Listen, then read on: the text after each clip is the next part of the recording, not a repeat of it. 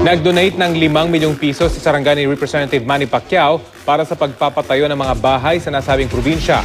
Bukod sa pagiging kongresista, ambassador si Pacquiao ng NGO na Habitat for Humanity na layong magpatayo ng bahay para sa mahihirap na pamilya. May ulat on the spot si Mav Gonzalez. Mav? Rafi, kanina nga nag-donate ang ating pambansang kamao na si Manny Pacquiao para magpatayo ng mga bahay doon sa kanyang probinsya sa Glan, Sarangani. Habang wala pa raw siyang fight date, ito raw muna yung pagkakabalahan niya, Rafi, no, yung pagkakawang gawa ni Sarangani Representative Manny Pacquiao. Kanina ni-renew ni Pacman ang kanyang commitment bilang ambassador ng NGO na Habitat for Humanity na layong magpatayo ng bahay para sa mahihirap na pamilya. Gaya ng sinabi mo, Rafi, nag-donate siya ng 5 milyong piso at gagamitin ito para magpatayo ng halos 200 bahay sa Pacman Tatiapville sa Glan, Sarangani. Matagal na raw sumusuporta si Manny dito sa Habitat at katunayan, noong karawan ni Manny noong Disyembre, nakapag-turnover na rin ang Habitat ng 105 na bahay sa Barangay Tango, Glan, Sarangani kung saan naman ipinanganak ang ating pambansang kamao. Bukod sa turnover ceremonies, nag-devotion at Bible sharing na pinangunahan ni Manny kung saan dumalo ang mga empleyado ng Habitat. Sabi ni Manny, natutuwa siya na Diyos ang inuna nila sa unang araw ng pasok sa opisina ngayong 2015. Nakausap din ni Pacquiao ang mga executive ng Habitat Philippines at plano raw nilang magkaroon ng dinner kasama ang mga negosyante sa Metro Manila para makalikom ng mas maraming podong pampagawa ng mga pabahay. Kawang-gawa nga raw muna ang pagkakabalahan ni Manny habang wala pa siyang susunod na laban. Narito yung pahayag nila. Nais kong pasalamatan ng lahat ng buong buo ng Habitat for Humanity sa laki ng naitulong nila doon sa province ko sa Sarangani. And then I'm also supporting Habitat, yung campaign nila na mas marami pang mga bahay na mga pamilya ang mabigyan ng bahay.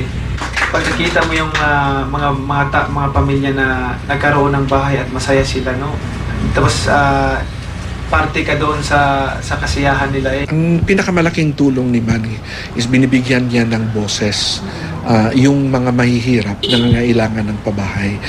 Manny can speak on their behalf na ito talagang this is a national problem that we have to solve. There are 4 million families na walang pabahay. Rafi, syempre kanina naitanong natin kay Manny, no, kung sino at kailan at kung saan gagawin yung kanyang susunod na laban. Wala pa raw siyang update doon sa negosasyon sa kanilang laban ni Floyd Mayweather Jr. Pero kung ano man daw ang kondisyon ng Amerikanong boksingero, game daw siya, matuloy na lang yung laban nila. Rafi? Mav, patungkol pa rin doon sa advocacy ni Pacquiao. Meron pa ba siya mga lugar na tinatarget tulungan? Halimbawa, yung mga nasalanta sa Yolanda, Mav? Actually, Rafi, itong Habitat for Humanity Philippines, no, nagpapatayo sila ng bahay sa iba't ibang lugar dito sa buong Pilipinas. Kanina nga naitanong kay Manny, no, kung ito bang 5 million peso donation, para doon lang sa lugar niya, sa Glan, Sarangani, o doon mismo sa probinsya ng Sarangani. Sabi naman ni Manny ay initial donation pa lang ito at malamang na madagdagan pa dahil talaga namang supporter siya nitong NGO na Habitat. At meron din daw silang plano na makalikom pa nga ng mas maraming pera, hindi lang galing sa kanya, kundi doon sa kanyang constituents para nga makatulong sa mas maraming pamilya all over the Philippines. Rafi? At Mav, meron ding balita, hindi ba, na balak niya magpatayo ng isang simbahan? Tama ba yun? Galing mismo sa kanyang bulsa, Mav?